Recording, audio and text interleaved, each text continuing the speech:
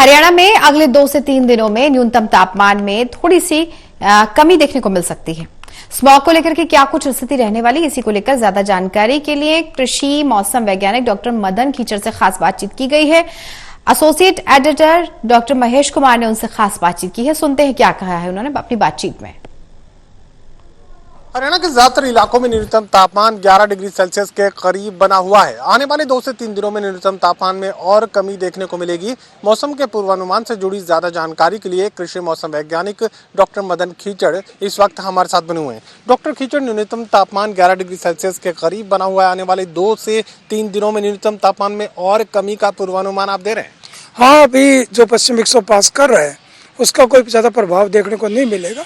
उसमें आंशिक प्रभाव के कारण आज रात को और कल हल्के बादल दिखाई देंगे। उसके बाद में फिर हवाएं हैं वो पहाड़ों की तरफ से उत्तरी और उत्तर पश्चिमी हवाएं चलने की संभावना है। और उसके बाद में तापमान में जो अभी 11 डिग्री है वो 2 से 3 डिग्री कम होने की संभावना बन रही है। तो ऐसे में स्मोक को लेकर क्या कुछ स्थिति रहने वाली है और क्या बारिश की कोई उम्मीद जाहिर की जा सकती है? नहीं, बारिश की तो अभी कोई संभावना नहीं है, परंतु फोग इसलिए है कि अभी 2 और 3 दिनों से हवाएं पूर्वाई चल रही है, जिसके कारण नमी वातावरण में है। और फिर वो तापमान जैसे कम होता है तो उसमें फोग ज़्यादा बढ़ेगी। स्मोग क्योंकि धुआं भी वातावरण में है तो फोग और इसमें स्मोक को मिला के स्मोक बढ़ता है।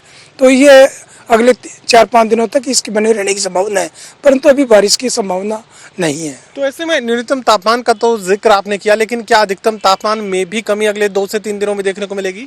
नहीं, अधिकतम तापमान जैसे बादलवाई आई है, थोड़े 2 दिन से हल्के बादल हैं तो उसके कारण दिन का तापमान में कम होता है, परंतु जैसे जैसे मौसम खुलेगा, सुबह के समय धुंध रहेगी, परंतु उसके बाद में मौसम खुलेगा तो तापमान में हल्की बढ़ोतरी देखने को मिल सकती है।